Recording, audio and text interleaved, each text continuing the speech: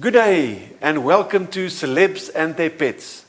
We are with Melanie Wright today.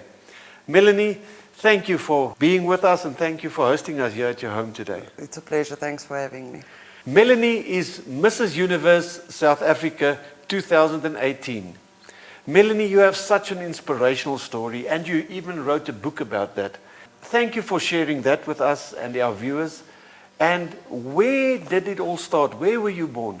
In Port Elizabeth. We were born in Port Elizabeth. And you stayed there until you were how old? We stayed there until I went to grade 1. But before that is when my family and I were living on the street, and we went to the children's home. And then we went back to Port Elizabeth and stayed there. So this is a journey of somebody having to live on the streets, grow up on the streets, and ending up being Mrs. Universe South Africa 2018. Correct. It's lovely to hear that you also have pets. Yes. And the current pets that you have, when did you get them? When I got married in 2011, in December, then my husband bought me, I'd always wanted a golden retriever, and then he came home with this little ball of fluff. So I got the golden retriever, and a couple of months later, he got me the Scottish. As you can see, we are joined here by Marley and Tiggy. And can you tell us, how long have you had them? I've had them for 8 years now. And Marley has a very special condition. Can you tell us a Yes. little bit more about that? 2 years ago, we noticed he was starting to walk into things, and then we checked it out, and then he was fully blind already. So he had gone in a very short time from being partially blind just to blind, and we don't actually know the reason because he's still young. So we don't know the reason why he went blind. What did you need to do to adapt to that situation? We just had to keep showing him, like, to go in and out, and you'll see now he still will walk into things, but we guide him, He knows his way to come upstairs or come to us, but along the way, he will kind of struggle a bit. Melanie, having a dog that is blind, a lot of people out there might not have experienced that. Maybe they have dogs that are currently going blind. What is the main tip or two that you can share with other people in a similar situation? Like when we moved houses, then we would take him around the house for a couple of times so he can just get used to it, and not moving furniture around, keeping things exactly the same so that they don't get confused, and so I think that is important, is to keep your house standard and let them just smell where they're going and just accompany them for the first while, and also sleeping inside, because I think for comfort for them, knowing you're there and they can smell you there and hear you. So we've treated him like that, I've heard that Scotties don't get along very well with other dogs, so it's quite interesting having them together here. How is their relationship? The Scotty will go, and he's very playful with Marley. He'll go and bite the back of his legs and pull on his tail and pounce on him. But Marley is so placid, he just lays there and takes it, So the Scotty is actually very mischievous and loves playing with him. So they get on extremely well. There's never actually been a fight where any of them would bark at one another or go for one another. Not at all. Dogs are always very happy when their owners arrive home. Is it the same situation here? Marley will jump. He likes to jump and wants his attention, and Tiggy growls and he does his dog talk and growling, which is, even if we want to do it with him, then he will, talks back kind of thing. So it's quite cute. They're very cute, actually. And is there any other type of pets that you think you might want to have one day? I would like to have a cockatoo. Any specific reason for that? To talk, to teach them stuff. Interesting fact that I'm not sure all our viewers even know is the age that cockatoos can get to, and they don't keep that in mind when getting themselves a pet like a cockatoo, because they can get quite old, and people don't always keep that in mind. Would that be a challenge to you if you have a bird that gets that old? I don't think it would be a challenge as such. I think the heartache when I get that old, and I wouldn't want to go through losing a pet. I've never lost a pet in that sense, and I wouldn't want to go through it. So, yeah, it would be in that sense, a bit of a challenge too. Whenever you guys need to like go somewhere, maybe for a holiday or a weekend or whatever, with him being blind, that's also a challenge, Yes. I suppose? Yeah, the longest we actually go away is maybe like a weekend. And then I make sure my domestic work is here, because I wouldn't leave him being like he is now, you know. So, Melanie, I just want to get back to the book that you wrote and the inspirational story you have to tell.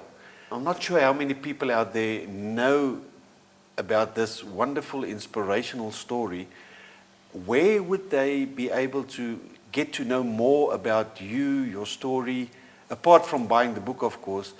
But do you have like public speakings? How do you go about it? yes, I do quite a bit of public speaking, and for different functions, if there's high teas and fundraising. So it's a whole broad spectrum that I do talk on, and there's a lot of topics in between as well. So it doesn't just reach one person. I think every single person can take something away from it.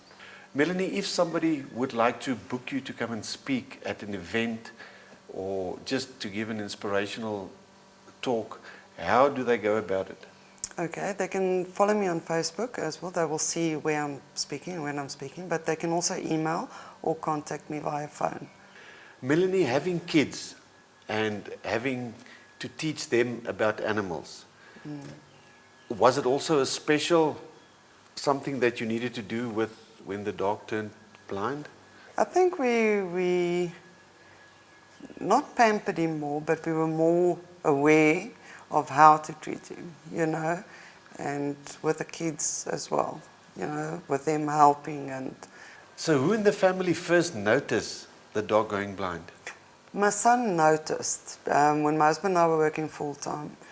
So my son was mostly with the dog at home, and then he started noticing the dogs nicking on the table or, you know, starting to bump against the wall, and then it started becoming, you know, quite quickly to see, okay, it's getting more than that, and then we realized, okay, no, he's blind.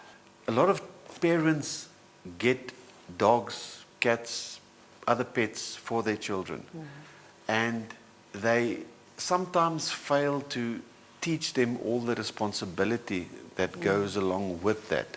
What is your experience in that regard?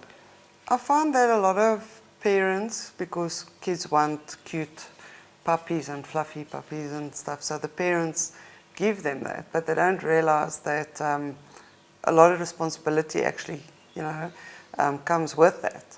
So it's feeding the dog, bathing the dog, walking the dog. And then the kids get tired of it, you know, and also with December holidays coming, the kids get in the middle of the year the pet, but they haven't thought, okay, what am I going to do with my pet? And that's when a lot of people just go and take them to SPCA, and it's heartbreaking because the animals become attached to you, you know. So I think maybe, you know, we need to think of future with animals. And the fact that there are so many people that cater for that. You have so many people pet sitting. Yes. You don't need to give the dog away if you're away from home for so long. Exactly. There are so many people standing in, and we are having a seasonal focus as well on Totally Animal, Yes. where we address things like that, telling people there are other options than Yes. to just, you know, negate your responsibility and just give the pet Exactly. away. Melanie, you have a very inspirational story of a lot of things that you needed to overcome in your journey in life. Yes. If you can maybe just highlight a couple of them for the audience to know what they can be looking forward to, either reading the book or listening to you when you talk. Yes, I go from when we were living on the streets into a children's home, and growing up in poverty, and I dropped out of school, fell pregnant at 16 with twins, and then they passed away from being born premature, and going on to get married where my husband committed suicide, and then I was falsely accused for something which landed me in jail for a month. They threw out of court after 2 years because they saw it was a false accusation. And then I went from there and I built a life again after 11 years after my husband passed away. Built a life again, and I eventually had twins. And so, yeah, and then from there I went to be crowned Mrs. Universe South Africa. I wrote a book and I do speeches. Melanie, thank you very much for joining and hosting us here at your home. Thank you for sharing your inspirational story with us and sharing your pets with us. Only a pleasure, and it was good to have you here. So if you want to listen to the full story Melanie has to tell, very, very inspirational, please make sure to contact her, visit her Facebook page, and we'll see you again with our next Pets and Celebs.